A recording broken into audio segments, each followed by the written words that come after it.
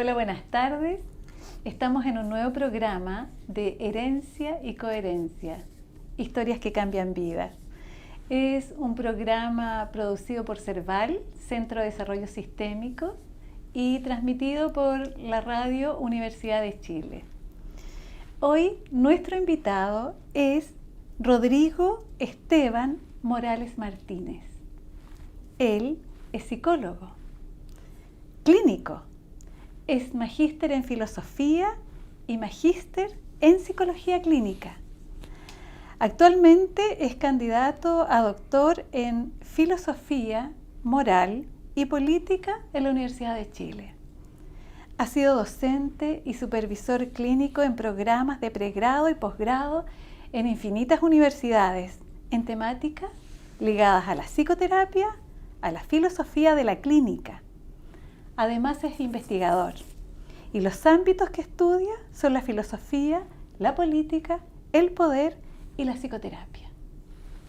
Rodrigo, muchas gracias por aceptar nuestra invitación. Es un gusto tenerte aquí en el contexto en el que estamos viviendo. Muchas gracias, Susana, por la invitación. Feliz de estar acá. Rodrigo, el estudio, esto de estudiar. Eres magíster 1, magíster 2, filósofo, doctor, etcétera, etcétera. ¿Cómo emerge esto de los libros, el estudio? Bueno, sí, yo creo que independiente de lo que terminé estudiando, toda mi vida estuvo muy ligada a los libros en general, claro.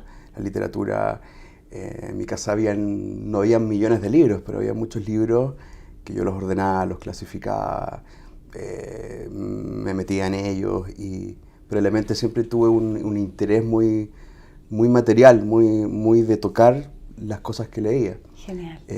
No me di cuenta como cuando te escuchaba leer ese currículum.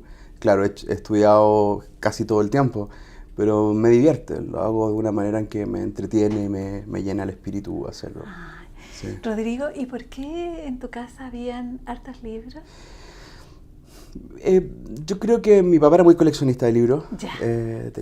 Sí, coleccionaba muchos libros y siempre están en la casa esos libros como fantasmas, como que aparecen, que nunca uno como niño no sabe mucho de dónde llegan. Enciclopedias, los diccionarios siempre me gustaban mucho, y las enciclopedias como las clasificaciones. No en un tono obsesivo, pero sí en un tono como de descubrir cosas. De descubrimiento. Claro, de pronto no necesitas tantos libros, sino unos cuantos libros que te permitan abrir mundos, y creo que esos son los libros que yo tenía. Genial, genial. ¿Y la psicología? ¿Cómo llega? Bueno, llega tarde, yo creo que incluso llega después de que yo empiezo a estudiar.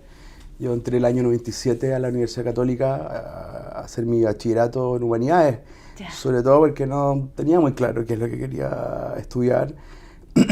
Había algo de mí que pensaba que quería ser ingeniero comercial, y no tenía ninguna capacidad para ser ingeniero comercial, nunca he sido bueno para las cuentas ni nada, pero pensaba que era una carrera que en los 90 en Chile sonaba muy bien, digamos, ser ingeniero comercial.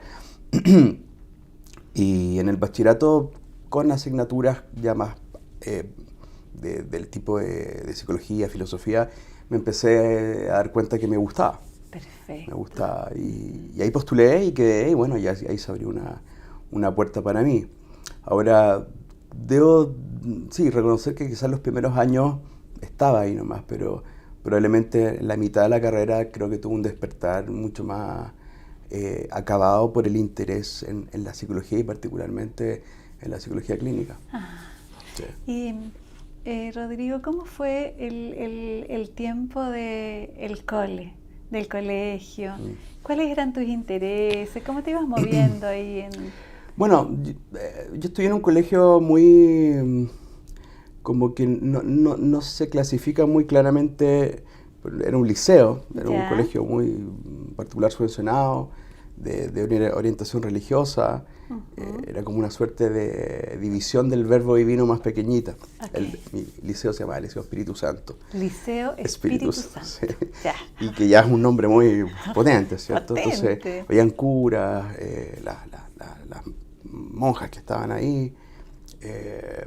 Entonces era un colegio que en el contexto en el que nosotros vivíamos era un buen espacio, muy buen espacio para estudiar. Ajá. Y yo lo recuerdo con mucho cariño, pasé todos mis 12 años de colegio ahí. 12 años de colegio. Claro. Y bueno, ahí yo me ligué más bien el tema de la música. Era buen alumno, mis hermanas estudiaban allá también. Y yo creo que el despertar más como a cosas más sensibles fue por el lado de pararme en un escenario con mis amigos, hacer música. Yo creo que eso fue bien poderoso. Pero claro, pero era un colegio que no tenía las posibilidades de ofrecerte múltiples talleres ni nada. Ajá. Pero las cosas que ofrecía, yo las sentía como muy de mucha calidad, con mucho interés. Profesores que fueron muy... sentía que ponían mucho su corazón en su trabajo. Ajá. Sí, ahí me surge como preguntarte sobre el conocimiento sensible. Bueno, yo siempre he pensado, ayer lo veía con mis pacientes también, quizás una de las cosas que en nuestro país hemos perdido, se nos han diluido, es justamente la educación de la sensibilidad. La diferencia, como dice un filósofo, Jacques Rancière, filósofo francés, argelino francés, no solamente la repartición económica ni nada, sino que también es la repartición de la sensibilidad. Y quizás a veces en ciertos espacios tenemos poca sensibilidad, poco aprendizaje, poca posibilidad de ilustrarse sensiblemente. Yo creo que yo tuve la suerte de vivir en un contexto donde la sensibilidad se me fue de a poquito dando. Y eso también lo asocio mucho a mi madre, que es una mujer muy sensible y que probablemente me permitió entender la relación con las cosas de una manera que le prestara un valor a ese contacto más íntimo que se puede tener. Perfecto. Creo que ella aprendí a acariciar las cosas más que solamente a tocarlas. Genial. Tanto materiales como con las ideas que tenía. Ok. Sí. ¿Qué número de hijo eres, Rodrigo? Soy el menor, somos 3. ¿Ya? Tengo 2 hermanas mayores. Ajá. Y bueno, que somos bien seguidos. Así que claro, soy el hombre menor.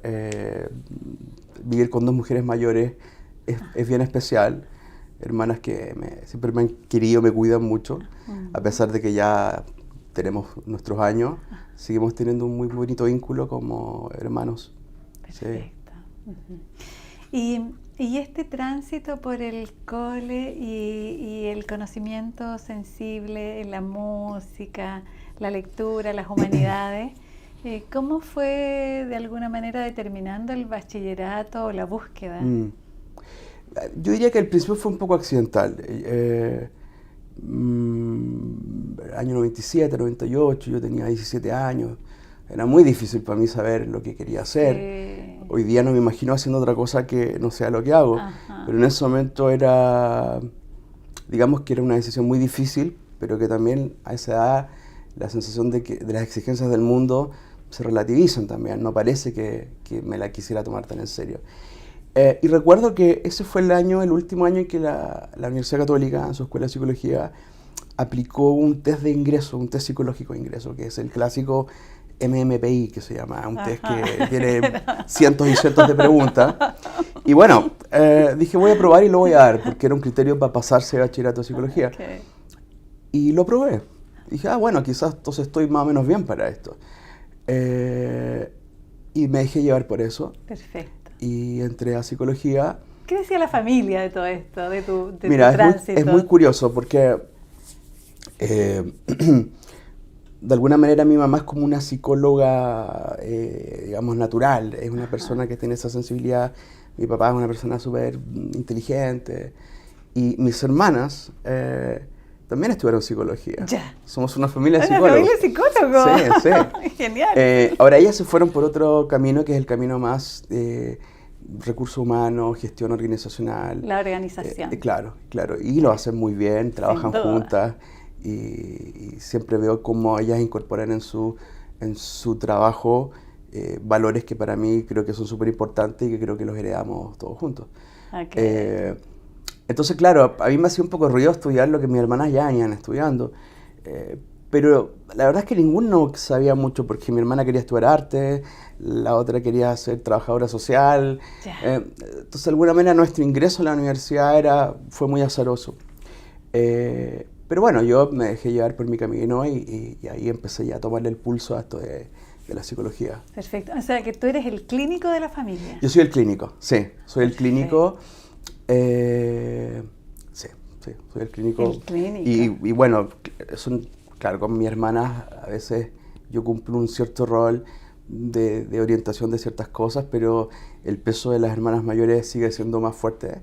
Y entonces ellas son mis clínicas también. Sin duda. Sí. Y luego de este despertar en la psicología clínica, ¿qué significa eso, la clínica? ¿Cómo fue? ¿Cómo elegiste la psicología clínica? Yo creo que ahí hay una suerte de collage de cosas que pasan. A mí me pasó como que en el tercer año de la carrera tuve como una crisis media existencial. Y pensé, y de hecho congelé un semestre. Surgió en mí un afán muy grande que siempre tuve de querer estudiar cine. ¿Cine? Claro, siempre me gustaba mucho el cine y el VHS en ese tiempo, andar con los cassettes. En la universidad había en la biblioteca había un área donde habían películas para llevarse a la casa. O sea, pertenezco a esa generación análoga todavía. Sí. Y el cine chileno, y Raúl Ruiz, y Gonzalo Justiniano, y toda esa filmografía me tenía muy apasionado, pero me di cuenta que era muy difícil estudiar cine, en Chile particularmente, por la necesidad de redes que tienes que tener para muchas cosas que yo sentía que no las tenía. Pero sí el interés sensible se despertó mucho en eso. Y cuando retomé, después de ese congelar, creo que llegué con una suerte de approach así como más estético, con una sensibilidad como mucho más poderosa, y creo que conocí a los profesores indicados también en ese momento, que me permitieron sentirme que podía hacer bien ese trabajo. Y ahí empecé, recuerdo ahí con mucho cariño a varios profes, que algunos hasta el día de hoy tengo relación con ellos. ¿Podemos nombrarlo? Roberto Aristegui, siempre es un profesor que nombro con mucho cariño, un profesor que incluso en algún momento hace poco lo reemplacé en alguna clase por ahí, que él me pidió. Es muy lindo darse esa vuelta y llegar a ese tiempo de encontrarte con ellos de esa manera. Recuerdo a la profesora Ana María Haas, que falleció. Y creo que con ellos tengo ese fiato más importante de esa época. Y sí, ahí empecé con el tema de la clínica. No ejercí inmediatamente. Empecé a hacer clases, a trabajar. Como la docencia, ¿no? Sí, parece como surgió fuerte. rápidamente. Sí, yo creo que tenía cierta como facilidad, era ayudante, me iba bien con eso. Y ahí empecé a hacer un camino de estudio que me llevó primero de manera un poquito más, digamos, autodidacta a tomar algunas lecturas. Yo entré mucho por un modelo terapéutico que era la terapia narrativa, que la fui dejando con el tiempo, pero que tenía una aproximación como muy política al ejercicio de la terapia, muy centrado en la emancipación, con mucha conciencia del contexto. Nunca me sentí tan cómodo con esas líneas más dominantes que habían, psicoanálisis cognitiva, porque como que había mucha dificultad de darle una conciencia más ecológica a lo que se hacía. Entonces, bueno, ahí empecé a hacer lecturas más personales que luego derivaron en tomar la decisión de empezar a estudiar ya posgrados de manera más formal. Perfecto. Sí. ¿Y cuándo comenzaste a ejercer la clínica propiamente tal? Bueno, yo tengo 40 años. Sí. Yo podría decir que empecé a ejercer la clínica desde el momento en que egresé, que empecé a trabajar en Estación Central, en un COSAM, con el doctor Quintana, que quizás todavía está por ahí, que era el director de ese COSAM. Sin embargo, ahí empecé a ejercer, luego me fui a vivir a Temuco, ahí trabajé un poquito menos, en clínica más docencia.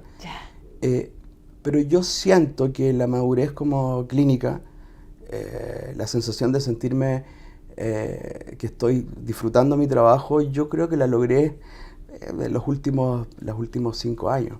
Okay. O sea, siento que es una profesión que uno va tomándose un tiempo en lograr sentir que sabe bien lo que está haciendo. Ajá. El principal temor de los estudiantes con los que yo trabajo es ese, pues ese vínculo, ese estar frente al otro y cómo actualizar las ideas, las teorías, los conocimientos en un espacio terapéutico. Esa comodidad yo creo que la siento, como te digo, hace no tanto tiempo y creo que fue parte de un entrenamiento que fui haciendo. Ahora, yo siempre le digo a los chicos, yo donde más aprendí para trabajar como terapeuta fue estudiando filosofía. Creo que ahí se me abrieron puertas de pensamiento muy interesantes. Por eso también les recomiendo que no se enrollen tanto con estudiar un posgrado en psicología y psicología y psicología. De pronto estudiar arte, estudiar sociología o filosofía o literatura, de pronto te abre una forma de estar que puede ser muy útil para nuestro trabajo.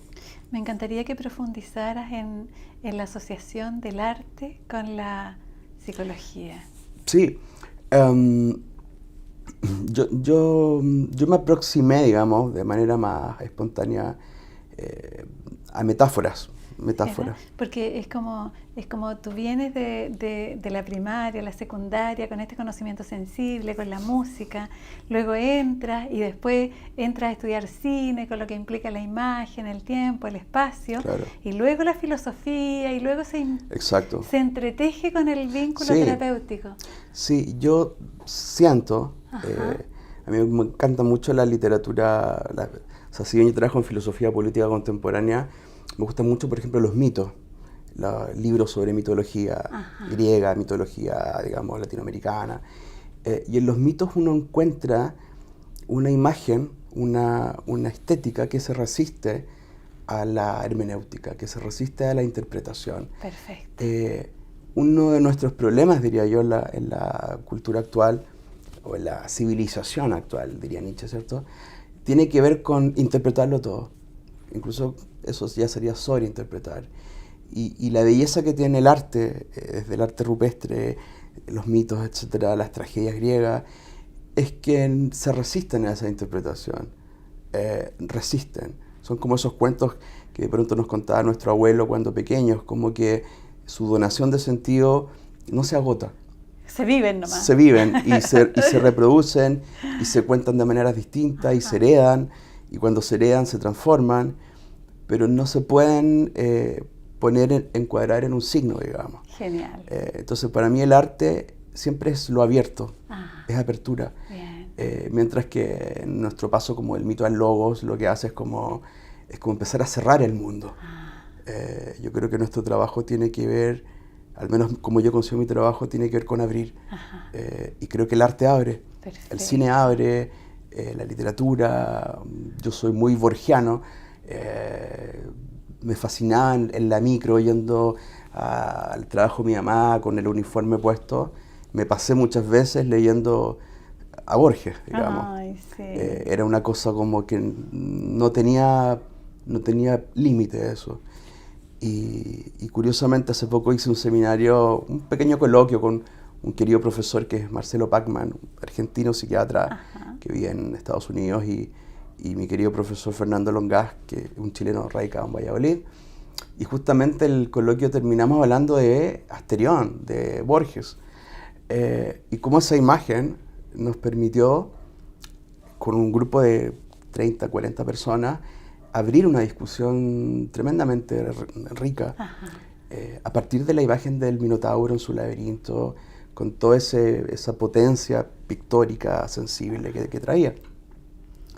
Yo siento que el arte no entendido como un elemento exclusivo, excluyente, sino que el arte como un arte de vivir, como lo plantea Michel Foucault, es una cuestión esencial en las relaciones humanas. Como la vida como una obra de arte, ¿no? La vida como obra de arte, exacto. Sí, cultivar una estética de la existencia. Sí. Me dan deseo de preguntarte por tus abuelos.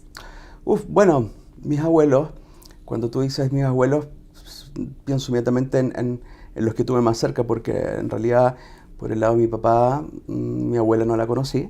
Ya. Pero sí es una persona como que resuena mucho en el plano de... Ella escribía poesía, se dedicaba a eso. En el plano de la mitología familiar. Exacto. Ah, bien. Y siempre fue un personaje que me daba un poco de susto porque yo no la conocí, pero como que murió el mismo día que yo nací.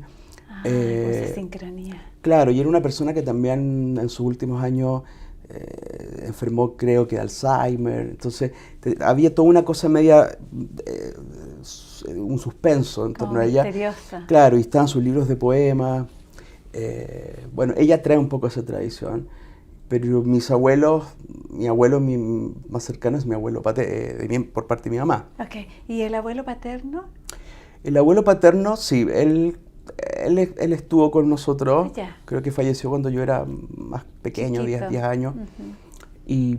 Y sí, yo creo que ellos marcan mucho el estilo de ser de mi padre y personas como muy lectoras. Sí, yo creo que esa, por ahí viene la beta de sí, la hay lectura, una ¿no? beta muy, claro, muy lectora. Muy lectora, sí. Sí, recuerdo esos materiales de ese tipo, como muchos libros y cosas por el estilo. Con olor a libros. Así Con como... olor a libro, Ajá, sí, sí. bien. Sí, había un libro precisamente de Arturo Pérez Reverte, de este periodista español, Ya.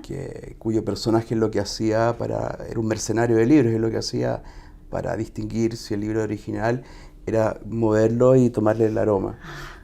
Ahí podía percibir la materialidad del libro, un qué libro muy bueno. potente. El Club Dumas se llama ese libro. Genial. Muy bonito, sí. ¿Y en la línea materna? Bueno, en la línea materna está mi tata. El el tata. tata, que es esa persona Ajá. que ya no es solo es tu abuelo, sino que es tu tata. Es el como tata, ese signo sí. mucho más cercano. Y él vivió con nosotros, fue el único que vivió con nosotros. Y él era una persona más acampada, digamos, es otra versión, muy devoto de su Virgen, de la Virgen de Lourdes, una persona con un carácter muy fuerte, muy dominante, muy amoroso con las plantas. Teníamos un jardín que rodeaba toda la casa y él lo cuidaba. Yo creo que de él también aprendí el cariño por cultivar. Hoy día cultivo, tengo mis plantitas. Sí, aprendo un poco de ella. A veces les consulto por redes sociales cómo se llama esta planta y ahí me van diciendo las personas amigas. Y me encanta eso. Yo creo que las plantas en general transmiten la duración del tiempo. Perfecto. Creo que para nosotros hoy día, cuando no sabemos cuánto duran las cosas, este tiempo de cronos, de apurarse, el tiempo, el kairos que se llama, la planta te lo dice, la planta no va ni más rápido ni más lento, está más allá de la velocidad, por decirlo así. Entonces, ver el tiempo en que una planta crece, son ciclos que yo creo nos permiten también encontrarnos y tomarle el pulso a esas cosas. Un referente. Exacto, ¿no? sí. Sí, bien. Sí. ¿Y la abuela? Mi abuela, ella era una persona que nos visitaba, mi abuela Olga, nos visitaba, Olga. Sí. Hay una cosa medio enredada porque hay un tema de adopciones de por medio de mi madre, entonces como que tenía dos abuelas, la con la que se cría mi madre y esta abuela que es la madre biológica. Entonces, la abuela con la que se cría mi madre yo no la conocí, pero la madre biológica sí la conocí. Y era esta abuela que venía los fines de semana, cada 2 semanas, y nos traía unas galletitas en esos envases de metal, que era una fascinación. Ella traía una diferencia, y para mí era muy novedosa su visita. Siempre estaban asociadas a un fin de semana y a galletitas en lata. En estos envases antiguos, claro, ¿no? Sí. Que no es el típico galleta que uno se comía en el colegio, no, es una galleta distinta. Sí. Bien. Tejía mucho. Ella murió con una artritis, no recuerdo. Claro, pero así todo me hizo una bufanda en su último momento que todavía la tengo. Porque sentía que ahí había un esfuerzo muy bonito. Sí, sin duda. Sí. Sí, los abuelos, bueno, y creo que trascienden. Uno va heredando sin saberlo muchas cosas de ellos. Sin duda, sí. ¿Tus padres viven? Sí, mis padres viven, sí. Mi madre ya está sobre los 70 años. Bueno, a ella no le va a gustar mucho que diga eso, pero con mi mamá tenemos una conexión muy especial, de mucho cariño. Yo creo que siempre nos hemos apoyado mucho. Y ella vivía en su departamento, vive muy bien. Mis padres se separaron cuando yo tenía 17 años. Esos tiempos difíciles para la separación, pero no hay tiempo fácil para una separación, en realidad. Y si bien con él tengo menos contacto, hay una relación muy, muy transparente y yo diría de cariño a la distancia. Yo creo que uno con el tiempo también va abandonando esta como dialéctica de luchar contra, de oponerse, y va entendiendo también que ante ciertas cosas como de la vida, lo que nos queda también es aceptar y entender que no es fácil, digamos. Cierto.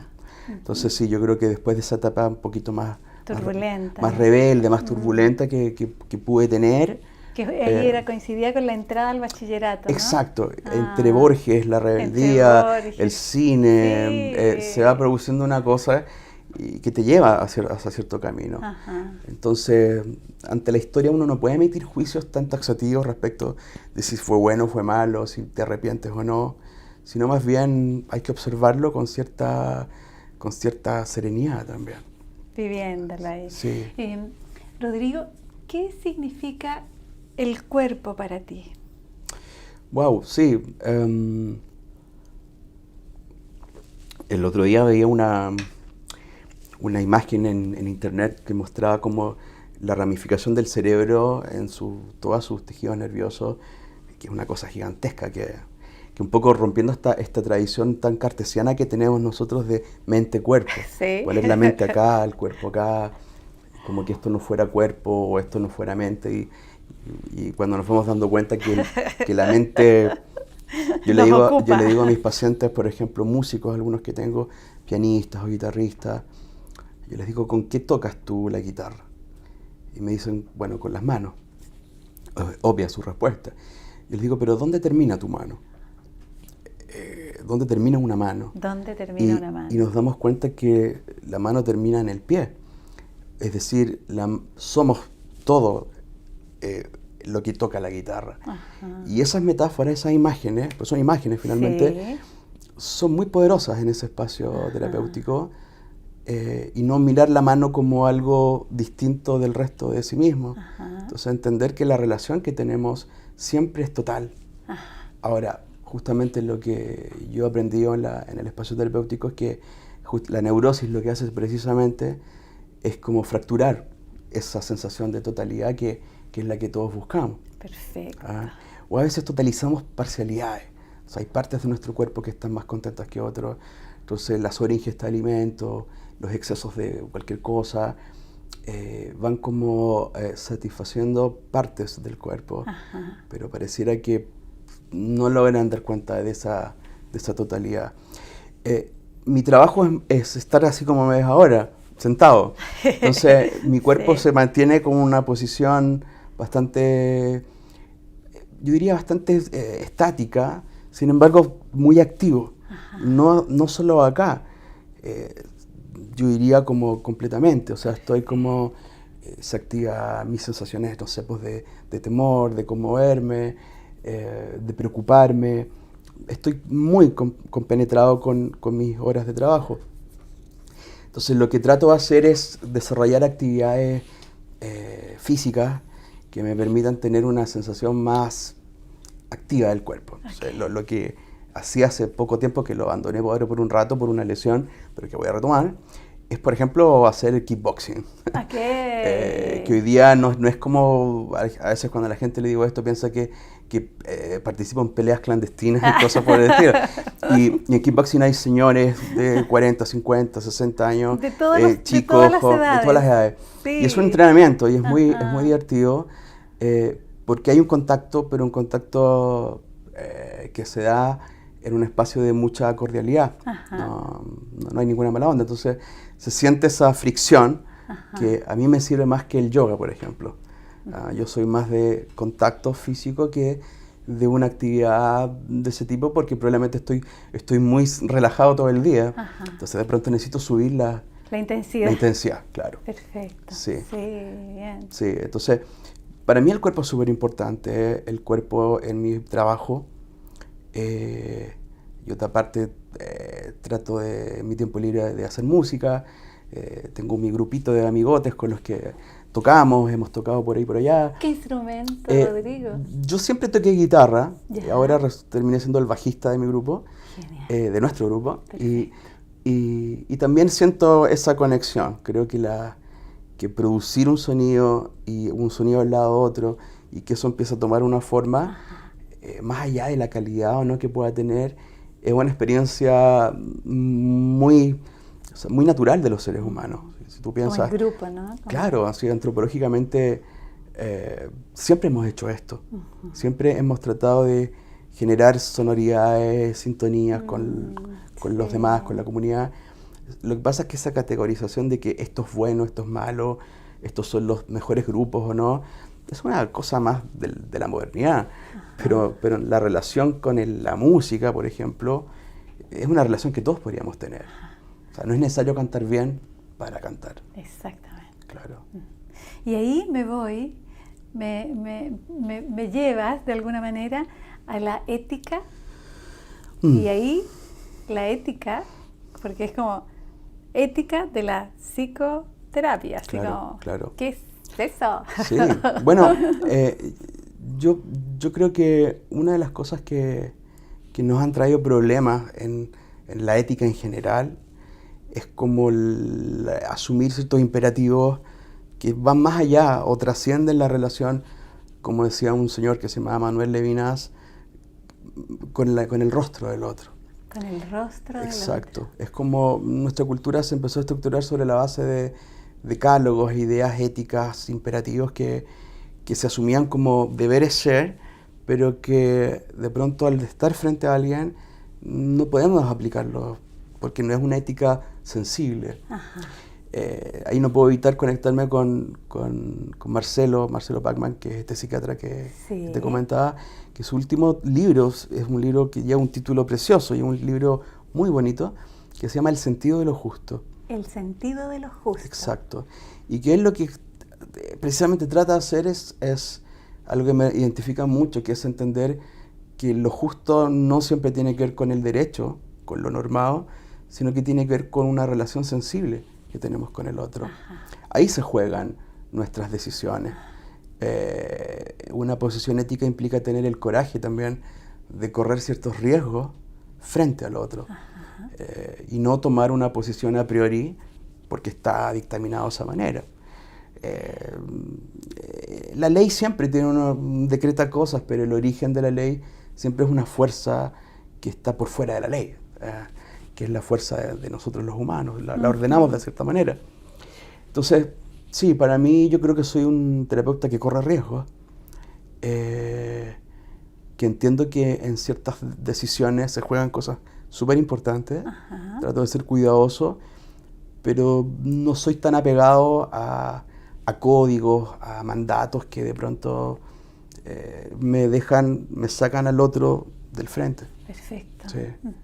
Que es como, y ahí cómo entra la técnica, Sí, bueno, la teoría. Exacto, yo creo que hoy día hay mucha teoría, cada vez va a haber más teoría.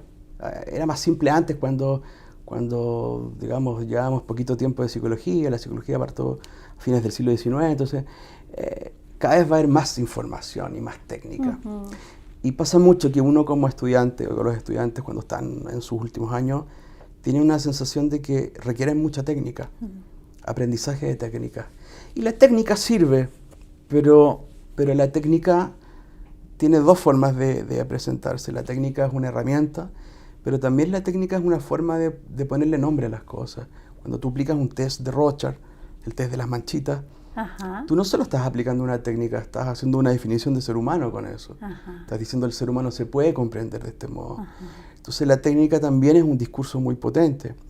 Entonces yo trato de que los chicos siempre piensen que cuando aplican una técnica, están instalando una definición de ser humano. Y ahí empiezan a a evaluar la técnica con otra categoría que es un poquito más reflexiva. Las técnicas son importantes, pero siempre la técnica tiene que tener un foco, un campo que te capture la atención, que sea lo suficientemente examinado, reflexionado, para entender qué es lo que estamos haciendo. Genial. Había un filósofo francés que se preguntaba si la psicología tenía que ver más bien con algo policíaco o con algo más artístico y transformador. Ya. Que es un texto del año 54, digamos, y que tiene una tremenda vigencia. Es decir, ¿qué hacemos los psicólogos? ¿Reproducimos la cultura? ¿Somos agentes de normalización? ¿O somos personas que, así como en una orientación, yo diría, más socrática, examinamos críticamente esas mismas categorías? Yo creo que esa pregunta hay que sostenerla siempre. No es muy fácil que pudiéramos convertirnos en replicadores de algo. Y si algo hemos aprendido con la filosofía contemporánea, como lo diría Gilles Deleuze, es la lucha siempre va a ser entre la repetición y la diferencia, y lo que nos hace crecer como humanos es la diferencia. O sea, hay que tener cuidado con repetir. Perfecto. Sí. Yo quería preguntarte, porque tengo la sensación de que estamos hablando del poder. Siempre. Siempre. Genial. ¿Qué significa o qué significaba para ti? A mí me encanta el tema del poder, porque creo que cuando uno se educa respecto a este tema, cuando uno puede compartir esto pedagógicamente con los estudiantes y las personas y la gente común y corriente, se da cuenta que el poder no tiene que ver con algo que está en algún lugar, que como que está en la punta de una pirámide como que hay que ir a buscarle en alguna parte, ¿no? Y peor aún, como que yo no lo tengo. Y cuando yo me metí en el tema de estudiar el poder, lo primero que entendí del poder es que son relaciones, que el poder no es una cosa que está en un lugar, sino que el poder es una relación. Y la gran diferencia, que yo siempre la subrayo, entre poder y dominación, el poder exige la posibilidad de poder resistirme a esa relación. Donde hay poder tiene que haber resistencia. Esto lo dice Michel Foucault. Pero donde no hay resistencia, no hay poder. En el fondo hay una dominación. Eso tú lo puedes ver en dinámicas ya abusivas, en dinámicas de tortura, donde las personas como que no tuvieran la posibilidad de resistirse, de hacer algún tipo de reversión de lo que está pasando. Yo creo que un mejor mundo, una buena vida, como diría Hannah Arendt, ¿cierto?, se da cuando tenemos la posibilidad de revisar las relaciones y poder invertir algunas cosas. Los peores ejemplos, ya sea políticos, geopolíticos, es cuando, independiente de la ideología que se instala, no hay posibilidad de revertir o de resistirse a alguna dinámica de poder. Y esto en psicoterapia es muy interesante cuando uno lo liga al trauma, porque el trauma es una experiencia sin nombre, es una experiencia puramente corporal, donde la persona no tuvo la posibilidad de resistirse a un evento que está fuera de su control. Traumático. Lo traumático es la imposibilidad de resistirse, es la imposibilidad de ponerle un nombre, de significar esto que sucede. Entonces, una de las cosas lindas que tiene la psicoterapia, pero no solo la psicoterapia, también otras formas de lo terapéutico, ¿cierto? Es la posibilidad de reposicionarse en esa historia y establecer una resistencia, tardía, pero una resistencia. Cuando el paciente o cuando las personas podemos pararnos frente a nuestra historia y ejercer nuestro poder frente a ella, podemos revertir un poquito las cosas.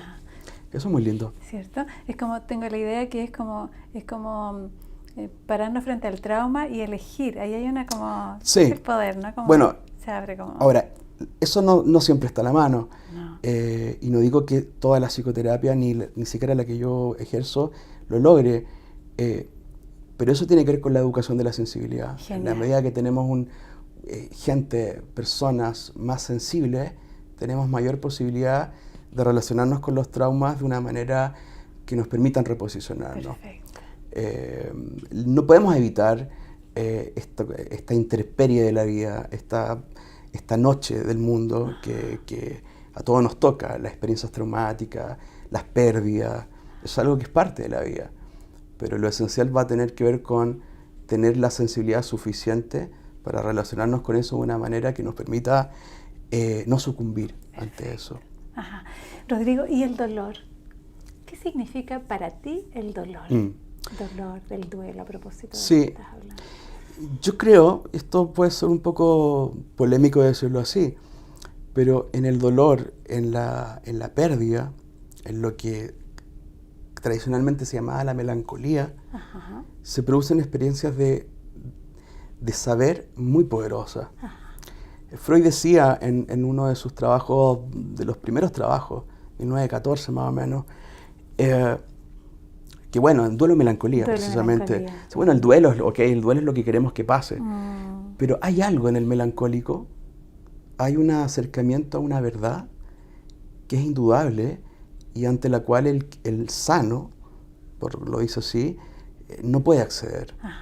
Entonces, hay algo en el sufrimiento, si queremos llamarlo así, en esta melainacolía que se llama, la melancolía, ¿cierto?, que nos permite descubrir ciertas cosas. Yo creo que el dolor, el sufrimiento, la melancolía son cosas que hemos hecho un esfuerzo, sobre todo en las últimas décadas, por hacerlo extranjera a nuestras vidas. Y creo que nos hace falta tener más relación con eso.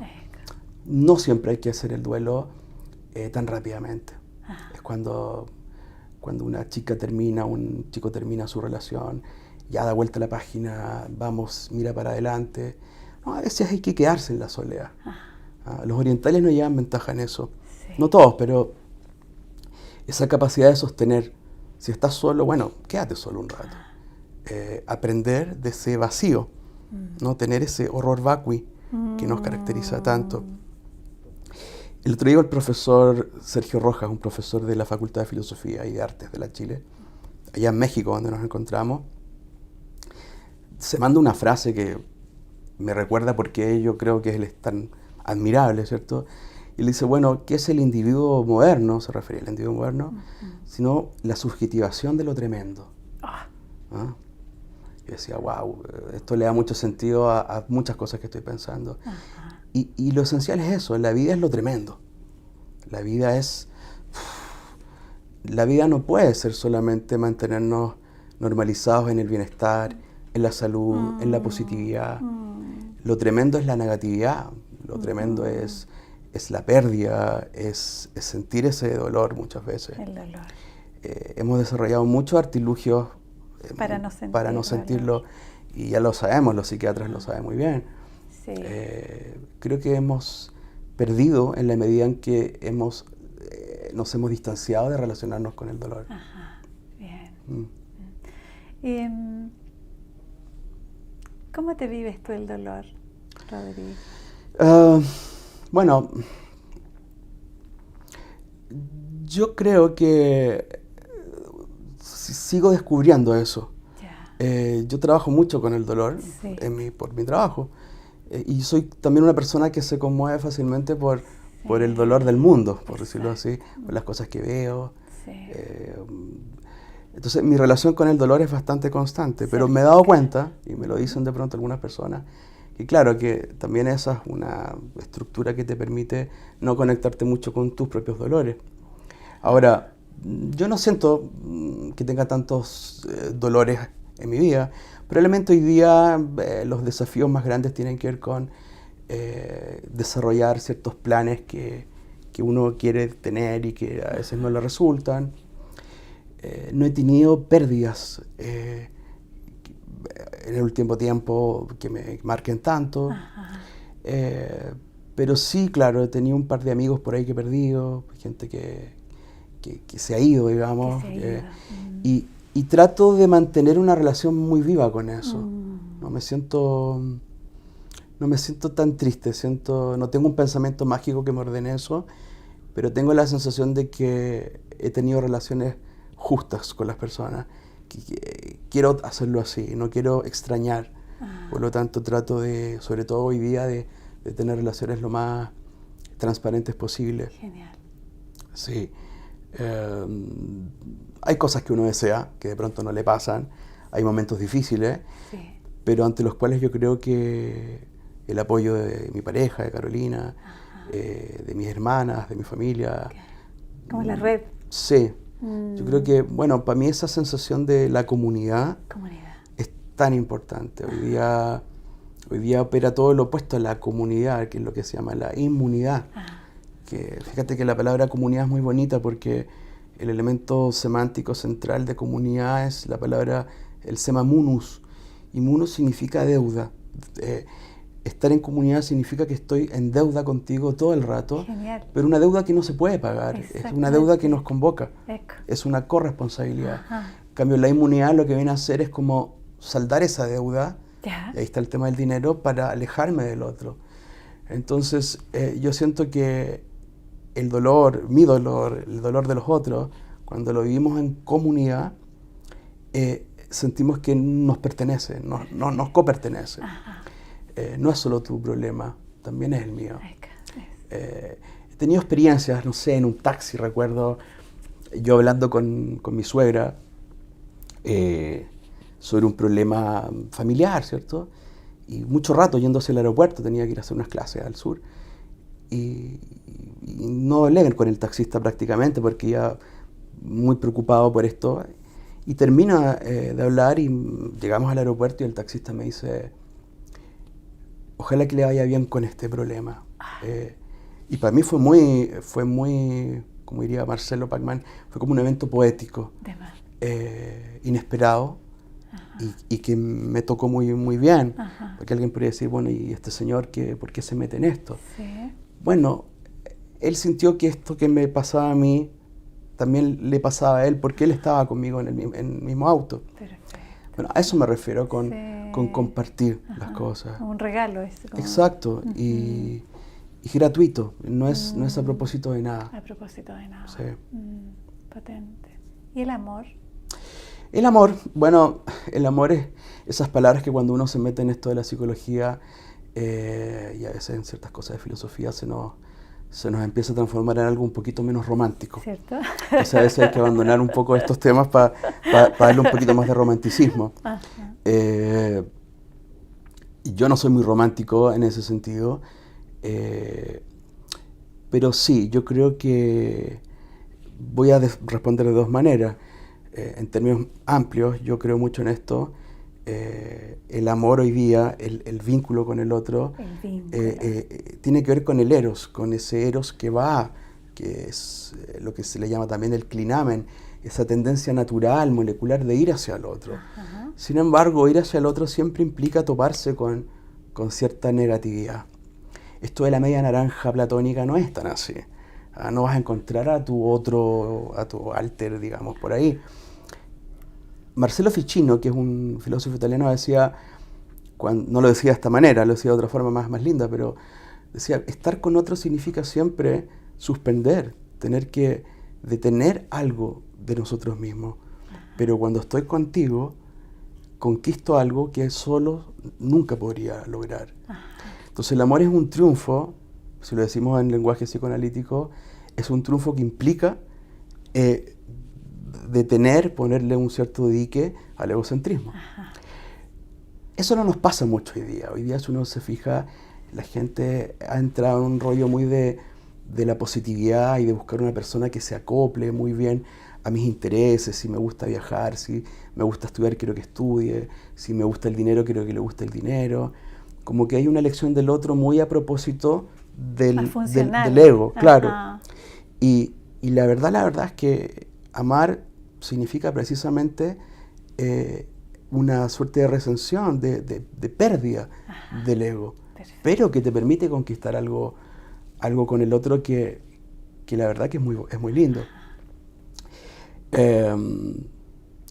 Entonces, bueno, yo trato de pensarlo de esa manera. Hoy día hay mucha literatura que se interesa por este tema, no solamente ahora, desde Bataille probablemente en adelante, mucha literatura que se mete en esto y que lo piensa de esa forma. La agonía del eros, dice Byung-Chul Han, ¿cierto? Algo agoniza. Entonces sí, yo creo en el amor, pero creo en el amor como un trabajo también, como un trabajo de cultivarnos a nosotros mismos. El amor no es una cosa así como que se da No tan es fácilmente. mágico. No es mágico. Ah. Eso es otra cosa, eso es la pulsión que encuentra de pronto un objeto que desmesuradamente lo cautiva. Ajá. Nos cautivamos, como decía mi querido Cristóbal Holzapfel, es como ir caminando por la Plaza Ñuñoa y ver a una chica leyendo tu libro favorito. Eso es cautivador. ¿Ah? Eso es cautivador, es como, Sin hola, duda. cásate conmigo. Pero eso, digamos que si queremos entender el amor, implica salir justamente de esa experiencia. Esa primera experiencia es la que tenemos que abandonar para poder amar al otro. Perfecto. Porque esa primera experiencia es muy egocéntrica. Sin duda. Sí. Quisiera preguntarte, porque estamos como en el momento de cierre de este tiempo, entonces para ir como cerrando, quisiera preguntarte, Rodrigo, por la vivencia o la reflexión de tu propia muerte. Bueno, yo creo que la relación con la muerte, y voy a hablar de mi relación con la muerte, Sí, si no sí. empiezo a esquivar como lo hacemos los psicólogos. Se dice mucho de la muerte y yo creo que históricamente es de esas cosas reales, porque no hay duda que vamos a morir, pero que son medias insoportables también. Los seres humanos necesitamos simbolizar. El símbolo es algo que está entre eso real, que es lo tremendo, y nosotros. No podemos relacionarnos con la muerte sin algún objeto, un símbolo que medie.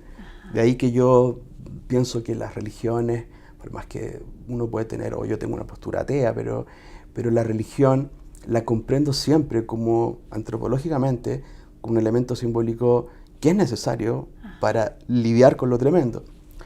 Entonces, primero respeto mucho las diferentes tradiciones que permiten interpretar, hacer como una suerte de hermenéutica de la muerte, un símbolo. Por más que algunos dirán, bueno, nos convertimos en alimento para los gusanos y ya. Bueno, ese es otro símbolo. Es alguna tranquilidad. Ahora, yo creo que la relación personal con la muerte, creo que no quisiera que me llegara tan pronto. Sí. Creo que mi sensación es, voy a decir una barbaridad, pero es como primero terminar mi tesis doctoral. Genial. Quiero terminarla.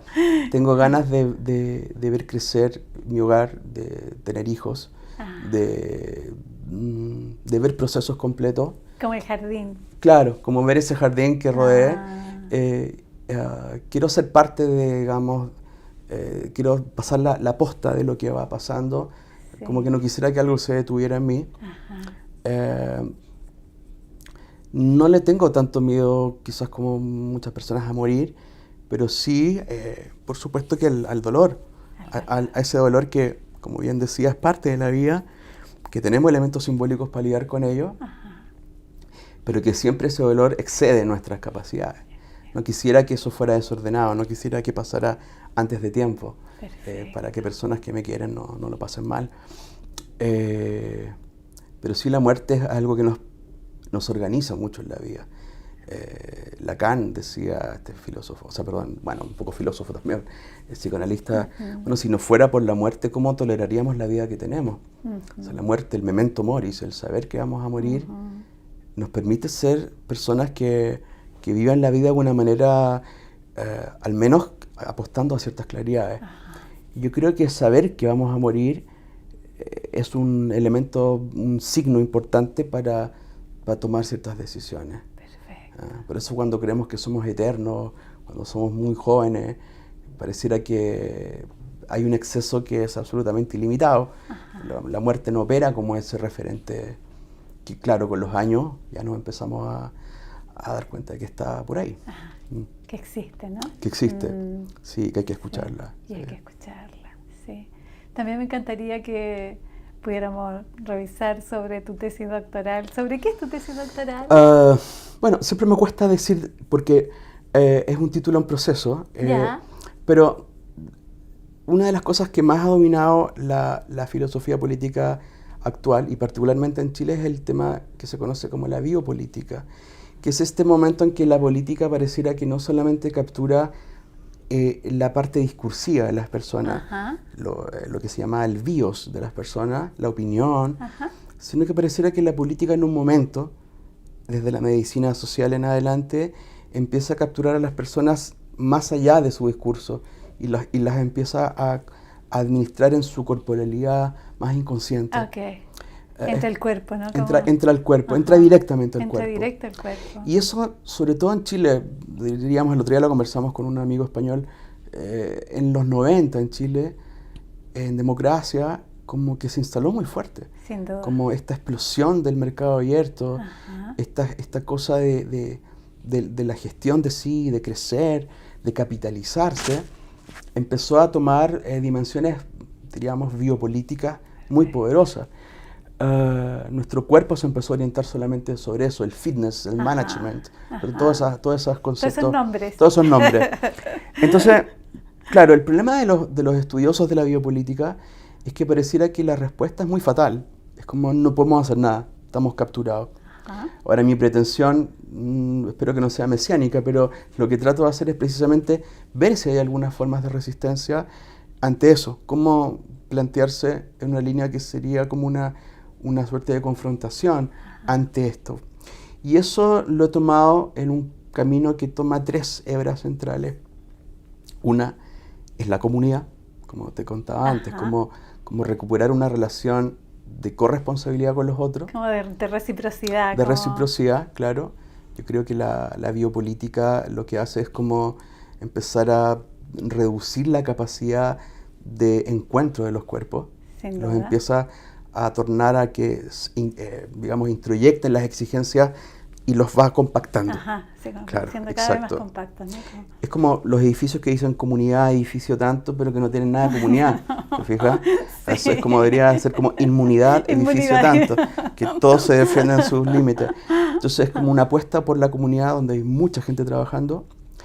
El tema de la animalidad, que hoy día está volviendo a plantearse, no es de esta lógica de cuidemos a los animales, que también está muy bien. Yo soy muy, digamos, amante de los animales.